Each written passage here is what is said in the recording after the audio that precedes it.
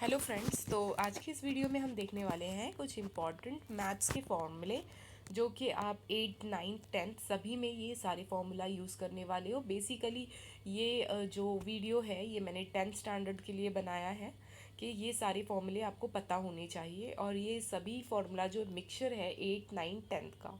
Okay, तो चलिए हम सबसे पहले फर्स्ट फॉर्मूला देख लेते हैं। ए स्क्वायर माइनस बी स्क्वायर क्या है? ए प्लस बी, ए माइनस बी। यानी कभी भी आपको देखना है ए स्क्वायर और बी स्क्वायर आपको दिखाई देता है स्क्वायर में है तो एक ब्रैकेट किस में मिलेगी आपको? प्लस में, और दूसरी ब्रैकेट किस में मिलेगी आपको? माइनस में। अब उसी तरीके से A cube minus B cube, तो A cube minus B cube का फॉर्मूला हो जाएगा A minus B, A square plus A B plus B square. And A cube plus B cube का A plus B, A square minus A B plus B square. अब देखिए यहाँ पर बच्चे बहुत ही मिस्टेक करते हैं, बहुत कंफ्यूज होते हैं यहाँ पर। तो मैं आपको यहाँ पर एक बात बता देना चाहती हूँ। जैसे कि देखिए यहाँ पर ये माइनस है, तो माइनस में आप इस ब्रैकेट में देखेंगे सभी क्या है? प्लस में है। और ये प्लस में है तो यहाँ पर स्टार्टिंग में आपको क्या मिलेगा? नेगेटिव मिलेगा। तो इस बात पर आपको बहुत ज़्यादा ध्यान देना होगा, यहाँ पर मिस्टेक हो जाती है कई दफ़ा। Okay, now A raise to four minus B raise to four, ये फॉर्मूला बहुत कम पूछा जाता है, मगर अगर इसे हम सॉल्व कैसे करेंगे मैं आपको बता देती हूँ। देखिए क्या है, ए रेस टू फोर है ये। ओके, और ये क्या है? B raise to four. तो ए रेस टू फोर को can I write A square bracket square minus B raise to four को can I write B square bracket लगा के बी स्क्वायर, राइट ना? टू टू ज़ा four, two two ज़ा four. तो इसे मैंने क्या किया है? स्प्लिट करके लिखा है। अब स्प्लिट करके मैंने लिख दिया। यहाँ पर आप देख रहे हैं ए स्क्वायर माइनस बी स्क्वायर। ए स्क्वायर माइनस बी स्क्वायर क्या होता है? ए प्लस बी, ए माइनस बी। तो देखिए यहाँ पर ए स्क्वायर माइनस बी स्क्वायर, ए स्क्वायर प्लस बी स्क्वायर। अब आपको लगेगा कि यहाँ पर स्क्वायर क्यों है? क्योंकि देखिए यहाँ पर ए का स्क्वायर तो है, उसके साथ होल स्क्वायर भी है। तो एक इस होल स्क्वायर पे हमने ये फॉर्मूला लगा दिया, मगर अंदर जो हमें हमारा जो ए है, ए पे कौन सी पावर है? स्क्वायर की है। तो इसलिए यहाँ पर भी अप्लाई होगा। अब यहाँ पर आप देखेंगे इस पे इसे हम और स्प्लिट कर सकते हैं, जैसे कि A square minus B square क्या होता है? A minus B, A plus B. But A square plus B square का तो कोई फॉर्मूला नहीं है, इसीलिए हम इसे एज इट इज़ लिख देंगे। तो आपको एक फॉर्मूला, ये तीन फॉर्मूले याद करके बाकी के फॉर्मूले को खुद से इंट्रोड्यूस करवाना है। Okay, now A raise to five minus B raise to five, तो ये इतना ज़्यादा यूज़ नहीं है, फिर भी आप देख सकते हो ए रेस टू फाइव और बी रेस टू फाइव को। और same similarly A raise to five plus B raise to five. Okay, तो आप इसका स्क्रीनशॉट ले लें। नाउ नेक्स्ट इज़, अब देखिए ये जो है सेकेंड स्लाइड जो है ये आप बेसिकली मेंसुरेशन चैप्टर में आप इसे यूज़ करोगे। तो स्क्वायर, ये सब प्रॉपर्टी आपको मालूम होनी चाहिए इनकी। इनके कुछ फॉर्मूलेज हैं, जैसे कि स्क्वायर हो गया, जैसे कि यहाँ पर आप देख रहे हैं स्क्वायर। तो स्क्वायर में जो है यहाँ पर आप देख सकते हैं स्क्वायर में चारों साइड स्क्वायर की कैसी होती है? तो आप कहेंगे इक्वल होती है। स्क्वायर में चारों साइड इनकी क्या होती है? इक्वल होती है। और स्क्वायर का फॉर्मूला क्या होता है? Area of square. ए का मतलब क्या है? एरिया ऑफ स्क्वायर का फॉर्मूला होता है ए स्क्वायर, यानी साइड इंटू साइड। ए स्क्वायर मतलब साइड इंटू साइड। ए को हम किससे डिनोट करते हैं? साइड से डिनोट करते हैं। Okay, now P is for parameter, parameter of square. तो पैरामीटर ऑफ स्क्वायर के लिए क्या करते हैं? देखिए पैरामीटर का मतलब होता है बाउंड्री। तो देखिए ये स्क्वायर में कितनी बाउंड्री होती है? एक, दो, तीन, चार। ठीक है, फोर साइड्स होते हैं ना, तो वही एक्चुअली में क्या होता है? पेरीमीटर होता है। तो आप डायरेक्ट लिख लिए perimeter of square equal to 4a। Now next is triangle. Triangle देखिए, ट्राइंगल में क्या है, जैसे कि मैं अगर आपको बताऊं तो ट्राइंगल में आपने फॉर्मूला पढ़ा ही होगा ट्राइंगल में, कि एक ट्राइंगल है, ट्राइंगल की ये वाली क्या होती है? परपेंडिकुलर क्या होता है? उसका हाइट होता है। तो एरिया ऑफ ट्राइंगल का फॉर्मूला हो जाएगा half into B into H. B का मतलब होता है बेस, हाइट का मतलब, एच का मतलब होता है हाइट। हाइट आप कौन सी लोगे? जो कि परपेंडिकुलर होगी। ओके, बेस क्या होता है? ऑफ कोर्स हम नीचे वाले बेस को, ऑफ कोर्स हम क्या कहेंगे? इसे बेस कहेंगे। एंड हाफ आपको लगाना है। तो ये हो गया एरिया ऑफ ट्राइंगल।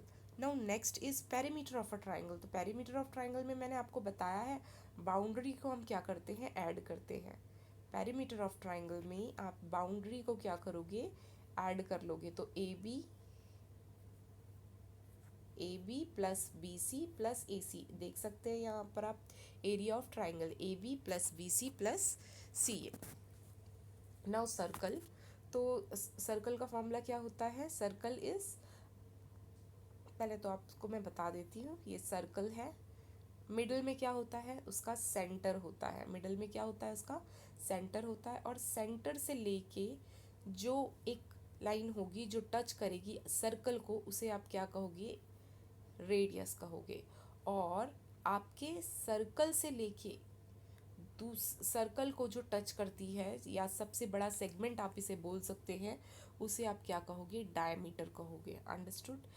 रेडियस क्या होता है, सेंटर से सर्कल को टच करता है, उसे आप रेडियस कहोगे। और डायमीटर क्या करता है, सर्कल के एक पॉइंट से सर्कल के दूसरे पॉइंट को जो सेगमेंट टच करेगी, उसे आप क्या कहेंगे, डायमीटर कहेंगे। नाउ नेक्स्ट इज, अब देखिए एरिया ऑफ सर्कल क्या होता है।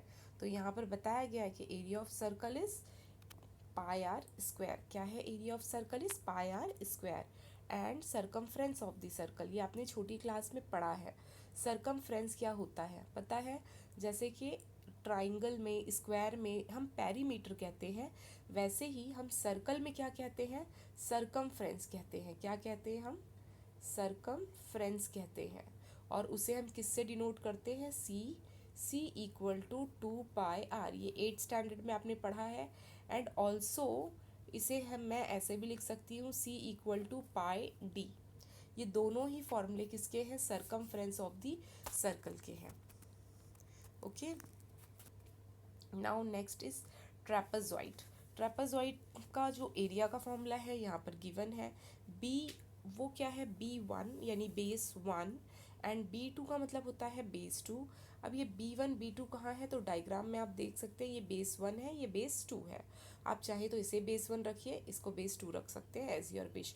हाइट क्या होगी, जो बीच में परपेंडिकुलर हाइट मिलेगी वो उसकी हाइट होती है। ओके, तो ये आपका हो गया एरिया ऑफ ट्रेपेजॉइड। और पेरीमीटर में तो मैंने आपको बताया है कि पेरीमीटर में हमें जो भी बाउंड्रीज होती हैं, जैसे कि ए बी हो गया, बी सी हो गया, डी सी हो गया और ए डी हो गया, वो आपका क्या हो जाएगा, यहाँ पर पेरीमीटर हो जाएगा। सभी को आप ऐड कर दोगे। नेक्स्ट आते हैं हम पैरेललोग्राम में। तो पैरेललोग्राम का डायग्राम आप यहाँ देख सकते हैं, ये डायग्राम है, सॉरी, ओके। तो देखिए this is a parallelogram. Parallelogram का फॉर्मूला होता है, एरिया ऑफ पैरेललोग्राम का फॉर्मूला होता है बेस इनटू हाइट। बेस ये है और हाइट बाहर वाला पार्ट आप आगे बढ़ाकर उसे क्या करोगे, हाइट ले लोगे। या फिर नॉर्मली अगर मैं बताऊँ तो ये आपका बेस हो जाएगा और ये आपकी क्या हो जाएगी, हाइट हो जाएगी। ओके, और पेरीमीटर का तो सेम है, सब सिर्फ आपको बाउंड्री, ये बाउंड्री, इस बाउंड्री और इस 4 बाउंड्रीज जो है, जो साइड जिसे आप कहते हो, सभी को ऐड कर दो, पेरीमीटर आ जाएगा। रेक्टेंगल जो होते हैं उनके अपोजिट साइड्स क्या होते हैं, इक्वल होते हैं। तो एक को आप लेंथ लोगे, एक को ब्रेथ लोगे, तो एरिया क्या हो जाएगा, लेंथ इंटू ब्रेथ। बट यहाँ पर पेरीमीटर में आपको थोड़ी सी मेहनत करनी पड़ेगी, पेरीमीटर ऑफ रेक्टेंगल। अब आप रेक्टेंगल में देख सकते हैं एल कितनी बार है, 2 बार है, बोलोगे 2 बार एल है यहाँ पर। बेस कितनी बार आया है, 2 बार आया, तो प्लस 2 टाइम बेस। तो इसे आप इस तरीके से लिख सकते हो, देखिए यहाँ पर लिखा गया है कि P इक्वल टू यानी parameter 2L plus 2B। Okay, hexagon नहीं पूछा जाता है एक्चुअली में, बट फिर भी यहाँ पर मैंने दे दिया है कि अगर पैरामीटर ऑफ हेक्सागोन आ जाए तो 6 इंटू ए, और अगर एरिया पूछ लिया जाए तो आपको ये फॉर्मूला लगाना है। ठीक है, ये सभी जो थे ये 2 डायमेंशन फिगर थे, इसे आप क्या कहोगे, 2D फिगर। ओके, यहाँ पर 2 डायमेंशंस होते हैं, एक एक्स एक्सिस होती है, दूसरी कौन सी एक्सिस होती है, वाई एक्सिस होती है। अब हम 3D डायमेंशन देखने वाले हैं। 3D डायमेंशन में 3 एक्सिस होता है, एक्स वाई जेड। अब देखिए पहला डायग्राम क्या है, क्यूब है। क्यूब कुछ इस तरीके से दिखाई देगा। क्यूब की जो साइड्स होती हैं वो क्या होती है, सेम होती है। तो क्यूब का फॉर्मूला क्या हो जाएगा, ए क्यूब। ठीक है, क्या हो जाएगा इसका फॉर्मूला, ए क्यूब। नेक्स्ट, अगर सरफेस की बात की जाए, इससे बेटर है इस स्लाइड से बेटर है कि आप ये स्लाइड देखिए, क्योंकि ओके रिपीट हो गई है शायद से ये भी रिपीट है या ये वाला। आप देखिए, देखिए सबसे पहले यहाँ पर 3D डायमेंशन में हमने क्या लिया है, फिगर में लिया है हमने क्यूबॉइड। तो क्यूबॉइड जो होता है, सबसे पहले आपको तो ये मालूम होना चाहिए, क्यूबॉइड दो रेक्टेंगल को यूज़ करके बनाया जाता है। एक रेक्टेंगल कुछ इस तरीके से रखते हैं, एक रेक्टेंगल कुछ इस तरीके से रख कर हम इस तरीके से क्या बनाते हैं, क्यूबॉइड। तो क्यूबॉइड में हम दो रेक्टेंगल का यूज़ करते हैं। ओके, तो यहाँ पर जो देख रहे हैं आप, ये name of the solid, figure, volume. तो वॉल्यूम ऑफ द क्यूबॉइड क्या हो जाएगा, length into breadth into height. क्योंकि यहाँ पर ये वाली चीज़ देखिए, ये हाइट हो जाएगा, ये बेस हो जाएगा, और ये क्या हो जाएगी, उसकी लेंथ हो जाएगी। डायग्राम में आप देख सकते हैं। एंड अगर आपसे, अगर क्वेश्चन में जैसे मेंसुरेशन आप सॉल्व करोगे तो पूछा जाता है कि curved surface area of cuboid, तो आप क्या फॉर्मूला लगाओगे, 2 × LH प्लस 2 × BH। ओके, या फिर आप ये भी लगा सकते हो, आप ये भी लगा सकते हो 2 × LH प्लस 2 × BH, ये भी लगा सकते हो। अदरवाइज इसे आप आगे और भी सॉल्व कर सकते हो। देखिए 2 और 2 क्या हो जाएगा, कॉमन। H और H भी क्या है, दोनों में कॉमन। तो क्या बचा यहाँ से, आप कहेंगे L, और दूसरी साइड से हमारा बचता है B। तो ये फॉर्मूला भी आप लिख सकते हो, ये फॉर्मूला भी लिख सकते हो कर्व्ड सरफेस एरिया में। तो देख रहे हैं आप यहाँ पर और करके, यानी ये फॉर्मूला भी यूज़ कर सकते हो, नीचे वाला भी, दोनों का मीनिंग एक ही है। अब यहाँ पर अगर बात आती है total surface area of cuboid, तो total surface area of cuboid के लिए आप ये फॉर्मूला लगाओगे, 2 × LH plus 2 × BH plus 2 × LB। सबको एक एक बार लेना है जोड़ी में। ओके, तो ये आपका हो गया टोटल सरफेस एरिया। अब क्यूब, क्यूब को बनाने के लिए हम 2 स्क्वायर लेते हैं, क्या लेते हैं, 2 स्क्वायर लेते हैं। और स्क्वायर की प्रॉपर्टी क्या होती है, स्क्वायर की ऑल साइड्स कैसी होती है, सेम होती है। इसलिए इसका जब आप वॉल्यूम बनाएंगे तो वॉल्यूम में आप डायरेक्ट क्या लिखोगे, ए क्यूब लिखोगे। क्यों ए क्यूब लिखोगे, क्योंकि ये 3 डायमेंशन है, यानी क्यूब आएगा, 3D फिगर है ये, तो क्यूब की साइन आए, क्यूब आएगा। एंड इसकी ऑल साइड्स क्या है, सेम है, तो ए हमने लिख दिया। यहाँ पर सारी साइड सेम नहीं होती है, हाइट अलग होगा, एल अलग होगा, बी अलग होगा, एच अलग होगा। ओके, अब यहाँ पर बात करते हैं हम कर्व्ड सरफेस एरिया। तो कर्व्ड सरफेस एरिया का फॉर्मूला क्या हो जाएगा, 4a²। और यहाँ पर टोटल सरफेस एरिया का फॉर्मूला क्या हो जाएगा, 6a², या फिर आप 4a² प्लस 2a। ये मत कीजिए, आप डायरेक्ट 6a² लिखिए, ये ज़्यादा अच्छा होगा। Okay, now next in circular cylinder, या फिर आप कह सकते हैं सिलेंडर। सिलेंडर आपने देखा होगा, कुछ इस तरीके से दिखाई देता है। ओके, तो सिलेंडर का वॉल्यूम का फॉर्मूला क्या होता है, πr²h। कर्व्ड सरफेस एरिया का फॉर्मूला होता है 2πrh। And total surface area का फॉर्मूला होता है 2πrh प्लस r। उसी तरीके से नीचे नेक्स्ट आ जाए आप, कोन। तो कोन आपको दिखाई दे रहा होगा, तो कोन कुछ इस तरीके से दिखाई देता है, ट्राइंगल, ट्राइंगल के साथ यहाँ पर आप देख रहे हैं कुछ सर्कुलर शेप में आपको दिखाई दे रहा है। तो वॉल्यूम का फॉर्मूला होता है 1/3πr²h। एंड ये आपका क्या हो जाएगा, curved surface area, and this one is total surface area. Now next one is sphere. Sphere देख रहे हैं आप, ठीक है, दिस इज स्फीयर। तो volume of sphere is 4/3πr³ and surface area, curved surface area की बात आएगी तो 4πr²। And total surface area भी क्या हो जाएगा इसका, 4πr²। एंड हेमीस्फीयर, तो हेमीस्फीयर का मतलब क्या होता है, जो हमारा स्फीयर था उसको हमने बीच में से कट कर दिया, तो क्या बन जाता है हमारा, हेमीस्फीयर बन जाता है। तो हेमीस्फीयर का वॉल्यूम होता है 2/3πr³। ओके, कुछ नहीं करना है, इस फॉर्मूले को ना आप हाफ कर दो, यानी 2 से डिवाइड कर दो, तो ये आ जाएगा। ओके, इसको भी आप क्या करो, 2 से डिवाइड कर दो, तो क्या हो जाएगा 2πr²। क्यों हम 2 से डिवाइड कर रहे हैं, क्योंकि ये हेमी स्फीयर है ना, तो यानी स्फीयर के सारे फॉर्मूले को आप 2 से डिवाइड कर दो तो आपका बन जाएगा वो hemisphere. Now next is trigonometry, है ना, 10th में ट्रिग्नोमेट्री भी है। तो ट्रिग्नोमेट्री में अगर आपको फॉर्मूला नहीं याद हो रहा है साइन कॉस टेन, क्योंकि ट्रिग्नोमेट्री अगर आपने पढ़ा है तो आपको पता ही होगा पूरा ट्रिग्नोमेट्री जो है वो TRI यानी 3 फॉर्मूले पर ही डिपेंड है।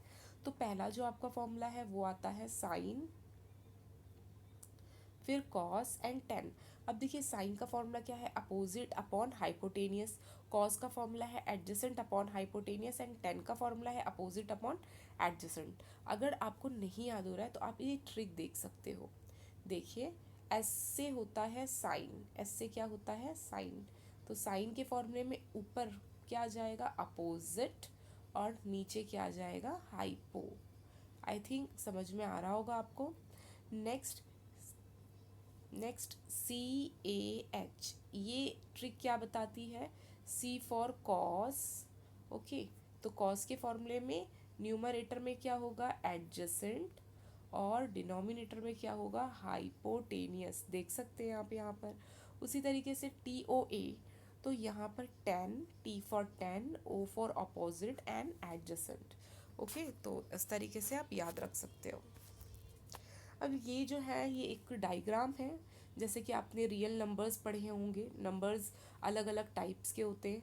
सबसे पहले जब आप बहुत छोटे थे तो टीचर ने आपको नेचुरल नंबर पढ़ाया था, नेचुरल नंबर के बाद आपने होल नंबर, होल नंबर के बाद इंटीजर्स, क्योंकि नेचुरल नंबर में सारे पॉजिटिव नंबर्स होते हैं और नेचुरल नंबर में ज़ीरो नहीं आता है, बट होल नंबर में सारे नेचुरल नंबर आते हैं, इंक्लूड ज़ीरो भी आता है। और अगर आप बात करें Z for integer number, integer number में ज़ीरो भी आता है, सारे नेचुरल नंबर आ जाते हैं और नेगेटिव नंबर भी आते हैं, किसमें इंटीजर की बात हो रही है यहाँ पर। Q for rational number, rational number यानी जैसे 4/5, ये किस में है रैशनल में है। अब अगर मैं इसे कैंसिल करूँगी तो मेरा आंसर आएगा 0.8। देख रहे हैं आप डेसिमल में आ रहा है, फ्रैक्शन का मतलब होता है P/Q, और जब आप उसे कैंसिल करोगे तो डेसिमल में आपका आंसर आएगा, तो देख रहे हैं आप, तो Q में आपके फ्रैक्शन वाले नंबर्स आ जाएंगे, जिसे आप डिवाइड करोगे तो डेसिमल में। और R फॉर रियल नंबर, तो रियल नंबर जैसे कि रूट वगैरह में जो नंबर्स होते हैं, पाई की वैल्यू हो गई, ये सभी आपके क्या आ जाएंगे, ये सारे आपके आ जाएंगे रियल नंबर्स में। तो यहाँ पर आप सिंबल देख सकते हैं R for real number. Q dash, Q dash क्या है इर्रेशनल नंबर, ठीक है, Q डैश क्या है इर्रेशनल नंबर है, जैसे कि पाई हो गया, अभी मैंने जो आपको बताया। और रियल नंबर, सब रियल नंबर में सब आ जाएंगे मोस्टली। और Q stand for rational number, Z stand for integer, या फिर कभी कभी इंटीजर को I से भी डिनोट किया जाता है, W for whole number and N for natural number. अब यहाँ पर हम ऑड नंबर्स इवन नंबर्स की बात कर लेते हैं, क्योंकि जब आप 10th स्टैंडर्ड में आप प्रोबेबिलिटी चैप्टर पढ़ोगे तो वहाँ पर आपको स्टेटमेंट दिए जाएंगे, तो आपको पता होना चाहिए what is odd number, what is an odd number, even number. Okay, तो यहाँ पर ऑड नंबर मतलब होता है all the numbers which are not divisible by 2 are called as odd number. ऐसे नंबर जो 2 से डिवाइड नहीं होते हैं उन्हें हम क्या कहते हैं ऑड नंबर। जैसे कि 5 ले लीजिए, क्या 5 2 से डिवाइड होगा, नहीं होगा, होगा बट डेसिमल में आएगा, हमें डेसिमल वाला आंसर नहीं चाहिए, तो 2 से डिवाइड नहीं होगा 5, सो 5 इज़ एन ऑड नंबर। 7 भी 2 से डिवाइड नहीं होता, 3 से भी डिवाइड नहीं होगा, 1 से भी डिवाइड नहीं होगा। इवन नंबर कैसा होगा, just opposite, it is divisible by 2। ऐसे नंबर जो 2 से डिवाइड होते हैं वो सभी क्या कहलाते हैं इवन नंबर। प्राइम नंबर क्या होता है, प्राइम नंबर वो नंबर होते हैं a number that is divisible bye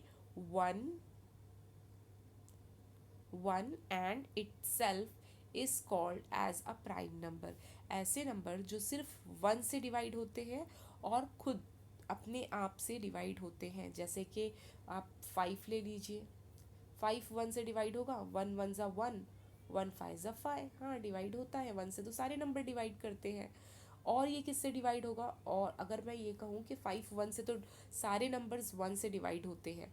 5 और कौन से नंबर से डिवाइड होता है, तो आप कहोगे वो 5 से डिवाइड होता है। तो ऐसे नंबर जो खुद से डिवाइड होते हैं सिर्फ, या फिर 1 से, तो उसे हम क्या कहते हैं, प्राइम नंबर।